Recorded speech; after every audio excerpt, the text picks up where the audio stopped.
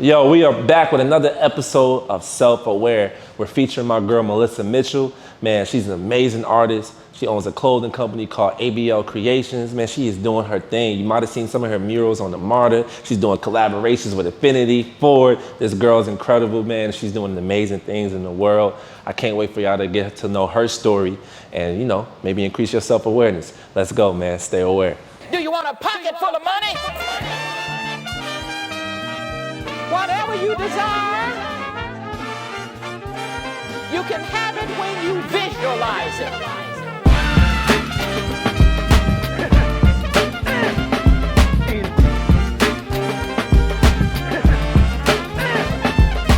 Yo, so check it out. We are here. It's episode 2.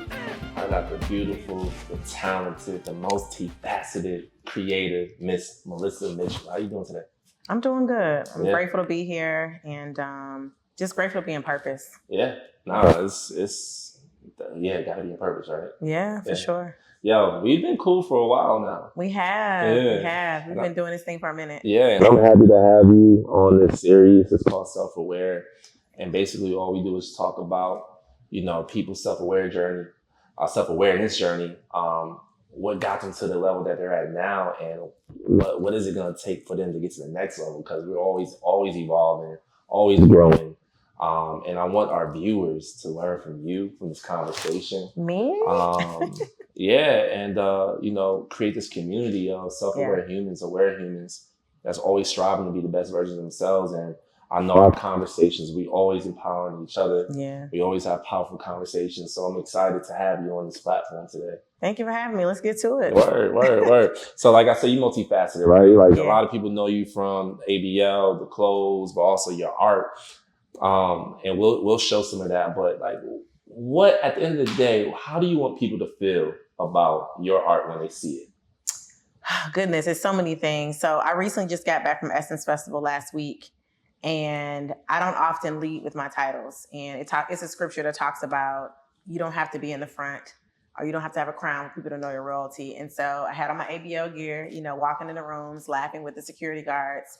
And a lady began to just say, "There's something about you." I'm like, "What are you talking about?" Just laughing with her. And she's like, "No, it's something with your art. It's making me feel something." And I said, that's funny, because that's really what the underlying theme of my art is that I want you to feel something. And it's not just because of the art, but I want you to feel alive. I want you to feel happy. I want you to feel empowered. I want you to feel protected. I want you to feel seen. And so when people walk away, say they feel it, they understand it. And I think that art is a universal language. Yeah. And that transcends sex, race, circumstances, all the things that we experience. So when people feel something, I know that I'm being successful. I love how you said you want people to feel something, you want them to feel empowered. It's like a vibrancy when it comes to your art. I think I love color theory. I love just colors, and I always say, man, you've never worn black before. You always you always gonna represent with some colors, and I might be the Florida and Floridian, you know what I'm saying? Yeah. But why the colorful colors? I think that's a staple for you. Whenever I see your murals, whenever I see your clothing, whenever I see anything that you produce, it's very vibrant. Why that direction? I think it's a few reasons. When my father first passed away, it was 2010, and all I remember is the color white.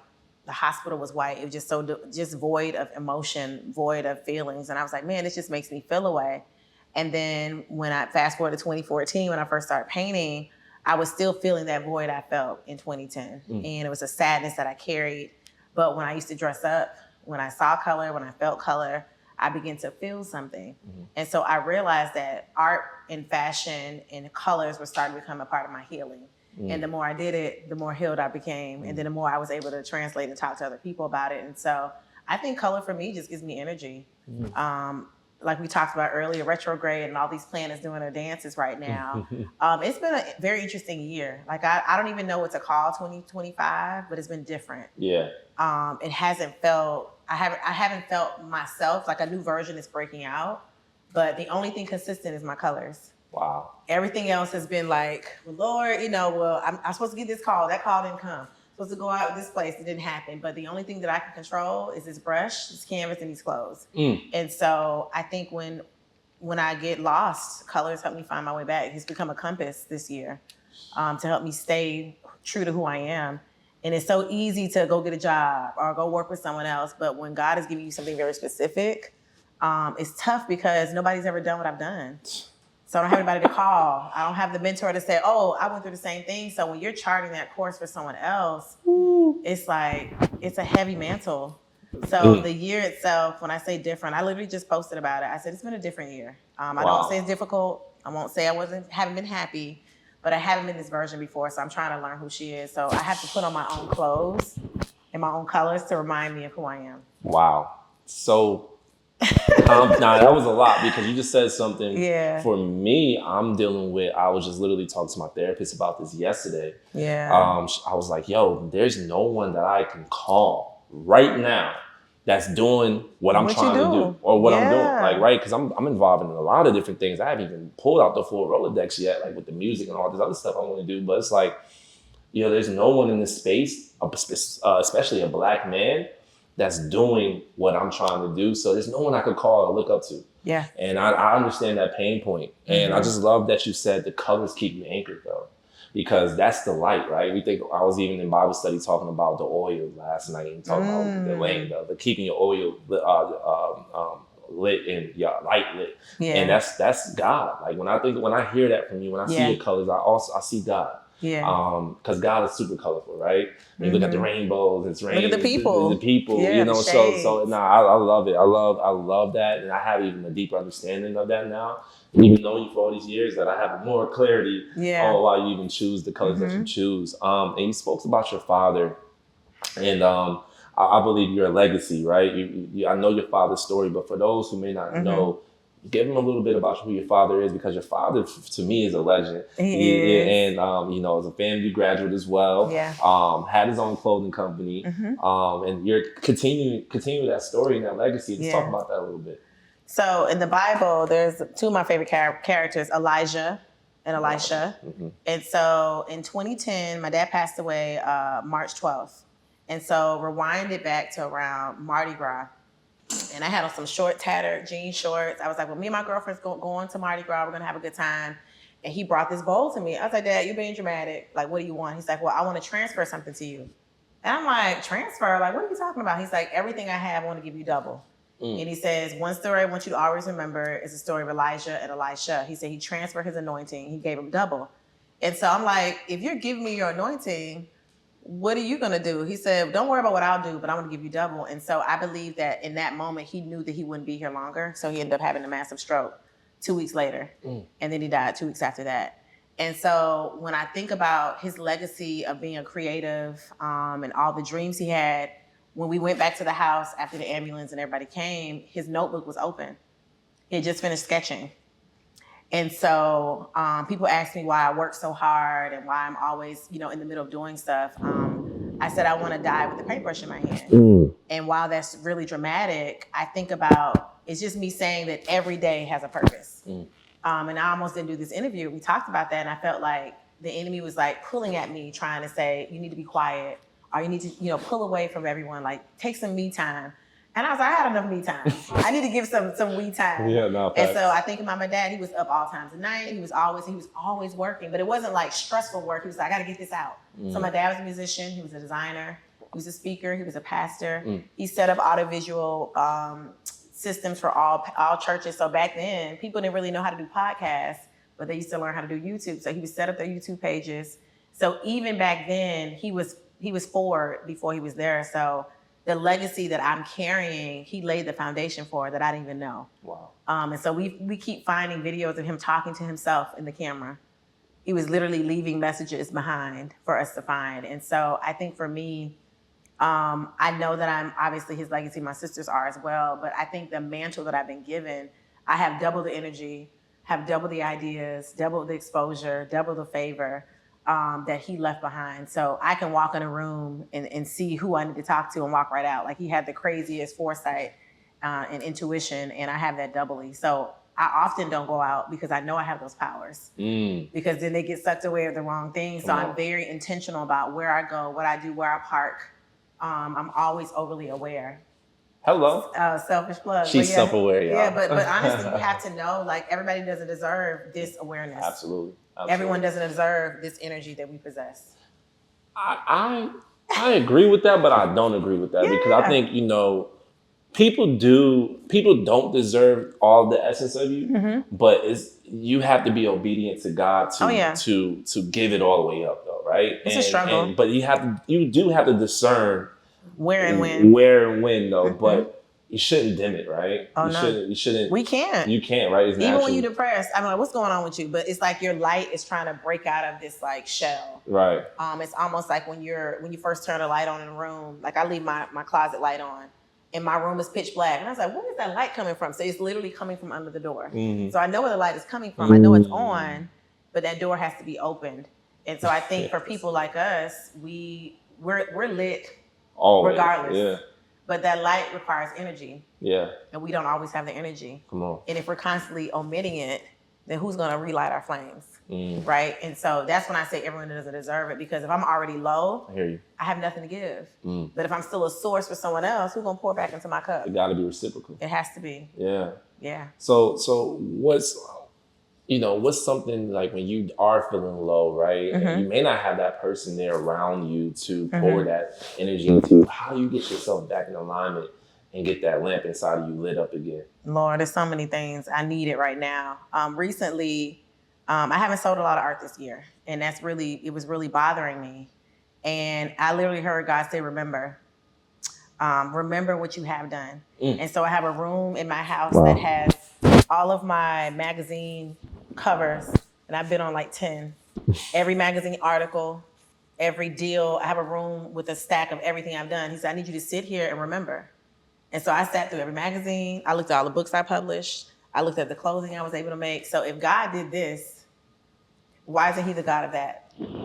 He's the same God of 2025. And so when I talked about the Elisha and Elijah story, Elisha was a prophet. And there was a woman who was a widow. And her son was about to die. She said, well, we just gonna make this last meal. And Elisha said, go get every pot you have in the house. And she was like, I don't have no money for this. I don't have no oil, whatever. He said, so if you continue to use your pots, your oil will never run out. And so in my garage, I have over 40 canvases that have not been painted on. And God told me, if you continue to paint, you'll never run out of paint. You'll never run out of designs. You'll never run out of art. And so that day I just started painting.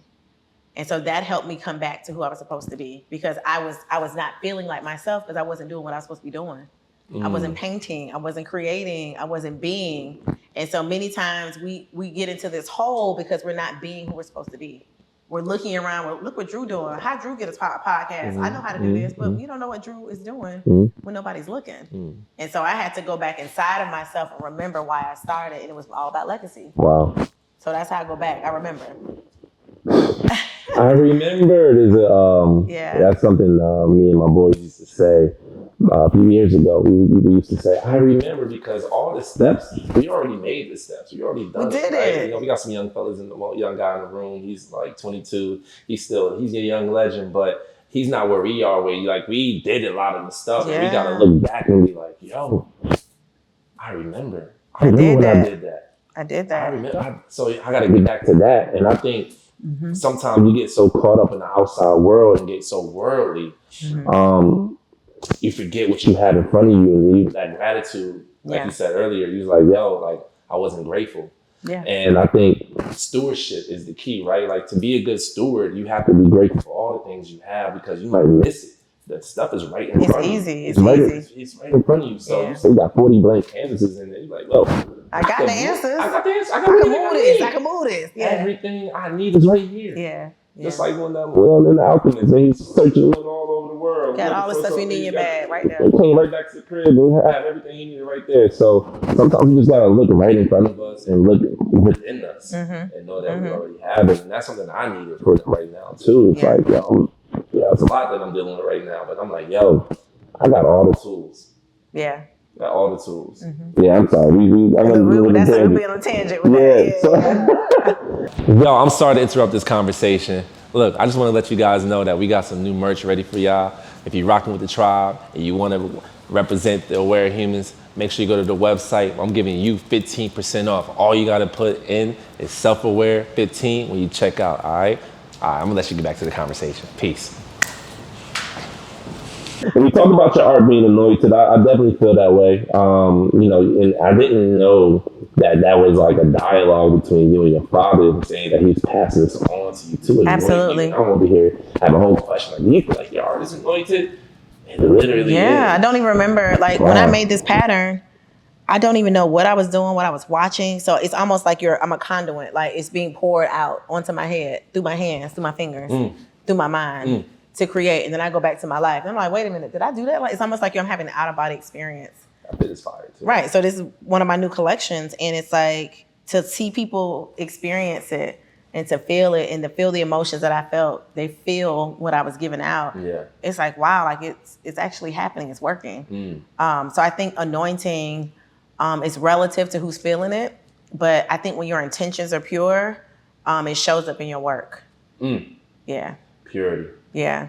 Gotta have it. Yeah. Gotta have it. Even that joint hard as hell. I mean, and it's difficult because we think we deserve and that we're owed certain things because we did what we were supposed to do. Yeah. And God is like, I don't really owe you all of that. I owe you a good life. I owe you favor, but favor may come in different forms. Like I keep praying for the winning lotto numbers, but God keeps giving me more art. So I'm like, so is it lotto or am I the lotto? Wow. So the money that I think was supposed to come this way, it's gonna come another way. When he talked about my dad's favorite, one of his favorite sermons was, I'm gonna give you a land flowing with milk and honey.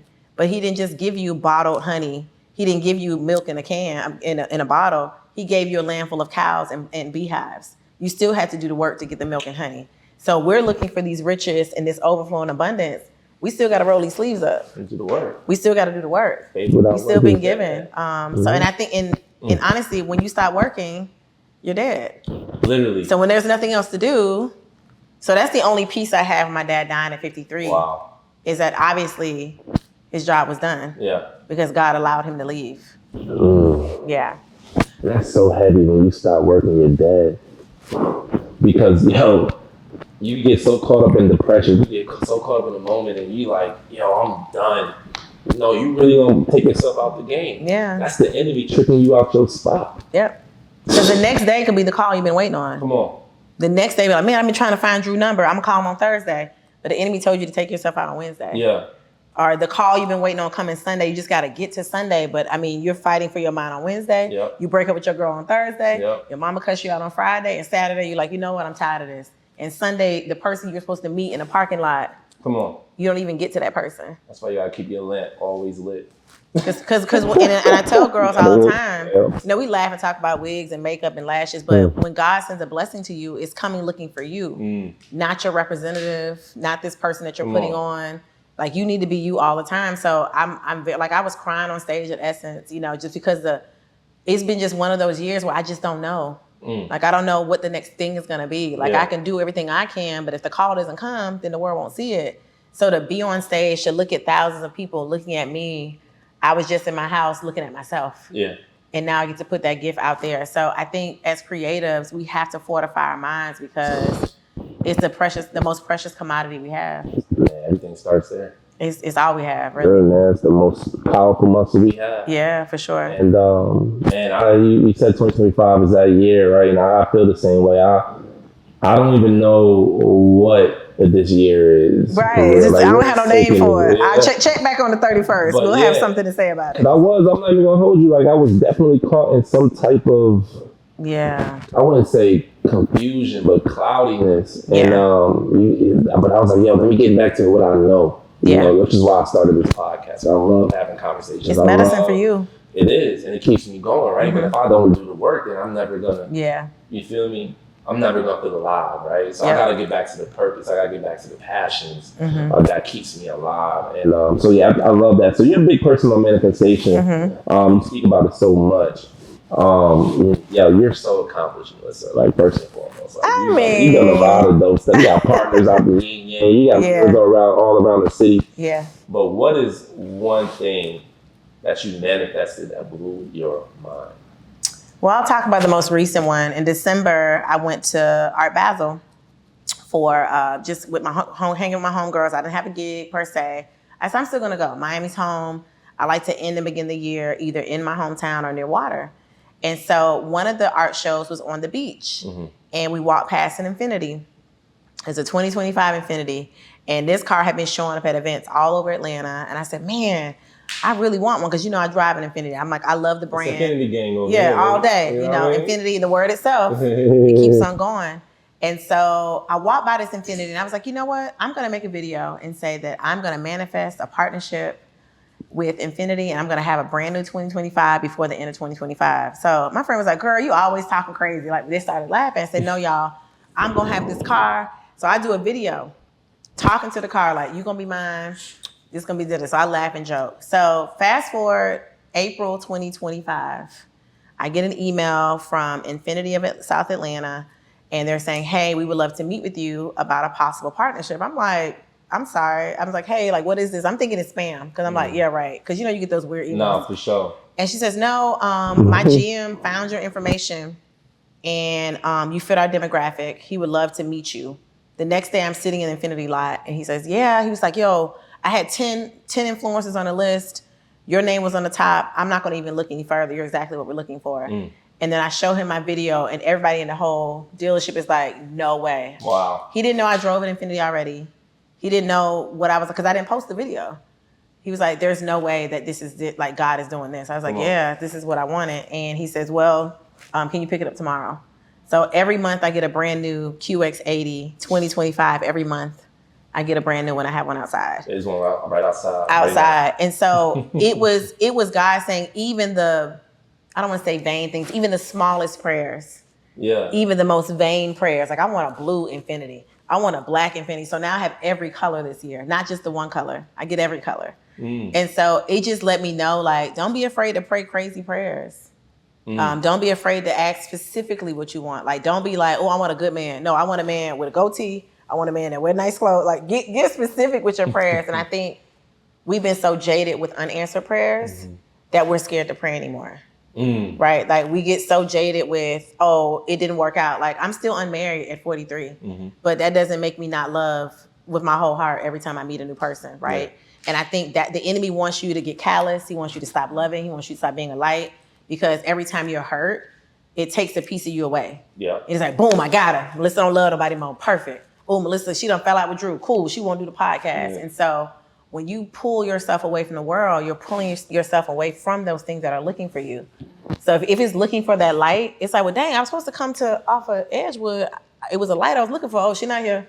Next person. So I missed that light. I missed the blessing. So I had to learn that every new relationship, every new partnership is a fresh sheet. Every day is a fresh canvas. So Tuesday was rough, literally. It's probably because I didn't have my hair done. But once I got my hair done, I found my light and I started painting.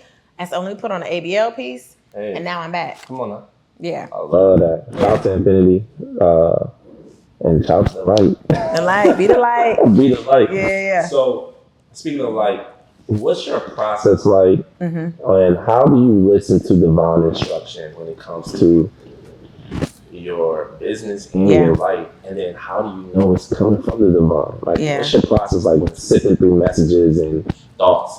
and God is like, hey, do this?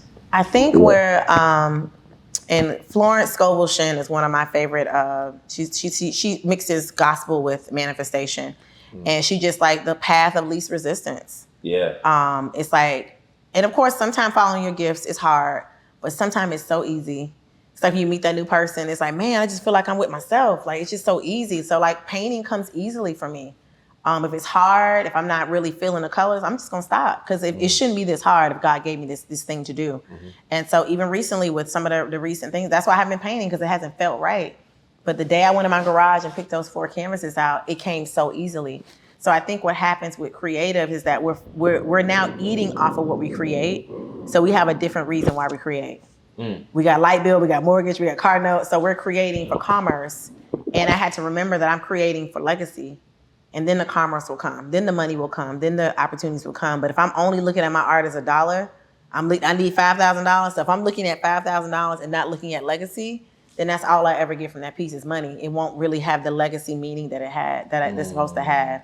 And so I think when I try to listen to divine or follow my, like I told you, Spirit told me this, God told me this. Yeah. I think you just got to get quiet. There you go.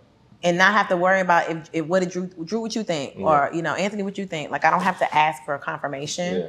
it's just a weird knowing that you just know. No, for sure. Yeah. I know that being still, and I think stillness is definitely a key practice to have, so you can really feel God and the Holy Spirit giving you that direction. For sure. So much. I know. I'm just over here just like taken back. Yeah. So as a Black woman, a Black creator, yeah. And I got something else came to me. I don't know if we got time for that. Don't forget it. I'll be short with this answer. No. But how do you navigate business, right? Because you don't have anybody representing you. You out here doing it yourself. Yeah. Right? You want to make the deals. You don't want who are, reaching out and doing the emails, cold emailing to people. I know it. Like, you are the one. Today. The grant, doing the grant. Yesterday. Like, the day before. How do you navigate that as a creative, as a Black woman, and still keep it balanced, though? I think a few things. And we're going to talk about ChatGPT. I think it's about using your resources wisely. Absolutely. I'm an entrepreneur. I'm the CEO. I'm the founder. And you don't always need a huge team. Like, you get 2 or 3, forward-thinking people on your team or just in your corner. I think I have a really solid core of people that I trust. They don't make the final decision. I do, even if I think your opinion is amazing. I know that I have to answer to God and answer to my legacy for that. So I'm just really, I'm a little hard-headed. So once I make a decision, and I listen to a podcast today, start what you finish. I'm a finisher. I don't pick up the painting. I don't pick up the brush until I'm ready to finish it. Come on. And so how you do anything is how you do everything. And so I'm like that with all of my other tasks. And so when I go into boardrooms, you got to pay attention to detail. Don't ever lead with your need. Don't ever lead with needing something. Like, I need this money. Like, you don't need the money. You want the opportunity. But when you lead with the need, people will see that. Like, oh, you just want a man. Or you just want a car. Or you just want this. So I have to hide my needs, right? Because, I needed the money, but I can't lead with that. Yeah. So even in the deal I made with the new furniture deal, I want to say I want to own the art. Furniture deal? What new I do have an outdoor furniture collection that dropped 2 weeks ago. Talk about it. So Jack's Beanbags. You talked about beanbags. Jack Beanbags. It is a new collection. Only person, not just Black, not just woman, the only person to have collaborated with this company in the 50, 60 years of inception. Come on now. And when he mentioned the opportunity, I said, well, as long as I own the art, let's do it. He was like, well, what does that look like? I said, well, I own the art, and that's what it looked like, And they were just so gracious with all of my questions. And I had my best friend who's a lawyer, back to your team. Keep some folk in your pocket, whether it's a lawyer, whether it's somebody who knows the law for creativity, the law for just your regular stuff. Yeah. Have people that know what the questions you need. And also, I put the contract in ChatGPT. I said, am I protected? Is this right? Is this? So I had the right questions. So I think use your resources wisely. Absolutely. And don't go into anything asking questions that you can easily answer yourself with the right research. And with that, I'm so globally through Amazon, through Bed Bath & Beyond, through their website, and some other retailers are picking it up. But again, it's from relationships. It's from being a light. It's from being myself and trusting that my gift is enough to make room for me.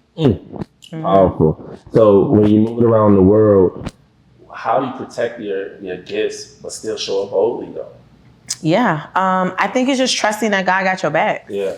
If God sent me to be over here, to do this work, then I shouldn't be outside ducking and diving. Be aware, but know that I'm protected. And anything that comes against me, you're not coming against me, you're coming against God. Hello. Because if I'm his chosen, your repercussions gonna come from him. I don't have nothing to do what God gonna do to you. He's gonna do that's your bad. Yeah. And so you just gotta be confident in that when you've been sent for a specific task, and when God is giving you something specific to complete, that He'll provide everything. Like, the provision has gone ahead of me already. Like, the parking space was already here when I got here. The water found its way here. The food will be there. The parking all these different things you think you need, it will already be there when you get there. Come on. Love it. So we going to the tail end of this conversation. Okay. We know we can go for hours, but this podcast, well, I don't even want to call it a podcast. This episodic series that we're producing is called Self-Aware. What does self-aware mean to you right now in this season? I think I'm aware of my deficits right now. The places that I need to be filled, the places that I long to have. And like consistent work or consistent opportunity or consistent companionship, like the things that I want, I'm okay with leading my vulnerability. And I think the strong Black woman moniker is just a bunch of mess. It's great to be strong, but it's great to be weak too, because you're aware of where you're not great. And I think a lot of people think they have to be perfect or amazing all the time. People assume you're doing amazing, they won't call you. Come on.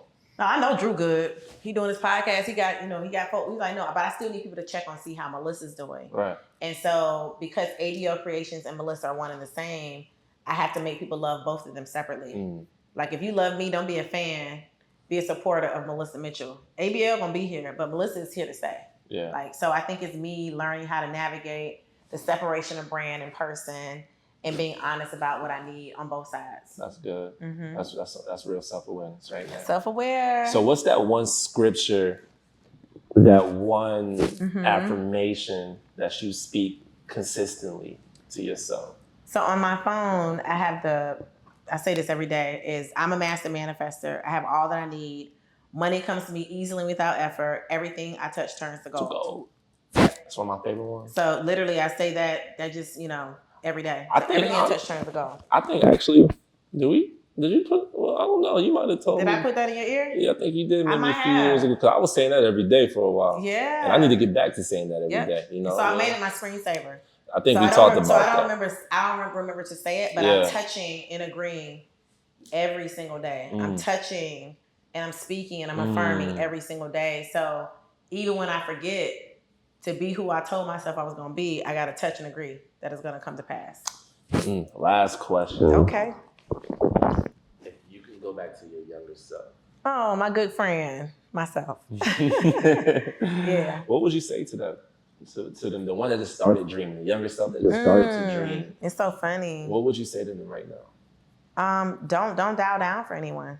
So the way I wear my hair right now, which is a different way every other day, I've been this same girl since I was little. My dad had a dream about a baby girl being handed to him in a yellow dress. And that's my favorite color to this day. And remember why you became who you became. Like my parents, they literally were intentional about how I was raised. They were intentional about their prayers. My dad was intentional about the music he put on my mom's stomach. So I grew up knowing songs without ever hearing them. I'm like, why do I know the words to Shaka Khan? Why do I feel the way I feel when I hear Earth, Wind, and Fire? And so I don't want those intentions to go to waste. Yeah. And I think for me, I wouldn't change anything about my journey. Maybe spent a little more time with my daddy. Maybe taking a little more notes from my grandma. Maybe learn a recipe from my great grandma. But I think for me, if I change anything, then I may not be this woman right now. Yeah, that's good. So I think I can't do nothing about, because I think a lot of times we get caught up on what ifs. And I can't really do nothing about that. I can do something about what's going to happen. So I tell her to just keep going. That's awesome. Yeah, I mean, she did a pretty decent job, I think, with dreaming. Amazing. And didn't change. I've been the same girl at 5 to 15 to 25 to 30 to now 43, and I think she did a good job. So I did say that was the last question. I know we can never stop. But the imagination, yes, right? I want to make sure we talk about that, because there's so many people that are blocking their imagination subconsciously. They don't even know it, and that's like one of our best gifts, right? As human beings, we can imagine whatever. Nurturing the imagination. We talked about it already in this conversation, but is there something that you want to lead to the audience that's listening, that's might be watching? How does we nurture the imagination so they can really manifest the desires that they have in life? So there's a book, Prayer J. Bass, but there's actually a book. And so one chapter that has stuck with me for the past 20 years is that a man died, he went to heaven, and one of the angels said, go open that door. He's like, where the good seats at? He's like, I want you to open the door. And then he tried to open the door, and the door kept jamming. It was so full of boxes, so full of things, so full of gifts. And he was like, well, what is this? He's like, these are all the prayers you never prayed. These are all the dreams you never dreamed. These are all the things you never imagined could happen for you. You could have been a better father. You could have been a better lawyer. You could have been a better friend. You could have been a better lover, but you never really had the guts to pray it. And I think when you think about your imagination, think about the things that were being held up for you that you don't have the guts to do. And I think for me, that is why I dream so big, because I don't want to get to heaven and I get a whole list of stuff that I still didn't tap into, right? I want to go to heaven on E, essentially. And I think when you think about what your legacy will be, whether you die at 55, 5, 10, whatever it is, max out your time here, right? Don't get to that door and the door could barely open because it's so full of things you never had the guts to walk towards. And I think I'm really gutsy because I saw my, dad pass away, maybe because I know that what life would be, but whatever it is, I don't want that door to jam when I get to heaven. Like I need to be able to open that door and be like, all right, we're good, because I did what I was supposed to do. And so it's beyond getting that well done, faithful servant. It's like I am now encouraging people to push that door open while they're on earth. Yeah. To ask for those prayers, to ask for those gifts, to do those things. And so your imagination is free. It will cost you everything not to use it. We're going to end it right there. Yeah. Your imagination is free. It's going to cost you everything not to use it. Yeah. That's powerful. That's powerful. Yo, well, look, y'all just got tapped into my sis, my girl, Melissa Mitchell, the great Melissa Mitchell. If you're not into her brand, it's ABL Creations. Make sure you tap in. We have a link in our description. You can click the link, buy her art, buy her clothes. Just tap in with her, man. You can follow her on Instagram and all social media platforms. But I just want to say thank you. You're welcome. For joining this platform. This is the early stages, so we're going to look back at this. We're like, yeah, she did this. I like to be the first or second. I bless it, the anointing, everything I what? Touch turns to gold. So you good. There it is, man. Stay golden. So stay aware. Stay aware. Come on, man. Let's go. Do you want to punch for the money? I am Melissa Mitchell of ABL Creations, and I just wrapped an incredible interview. We sat down and poured out our souls on Self-Aware, and we just really poured into each other and just had a regular conversation. But that's the beautiful thing when you connect with people you're supposed to be connected with. You have conversations that end up healing other people in ways they don't even understand. And so what I love about the Self-Aware podcast in itself is that it's bigger than just conversations. It's about transformation. And I'm so grateful to the Aware brand for bringing this to us, for allowing us to experience this. And I hope that you are transformed just as I was today. Enjoy.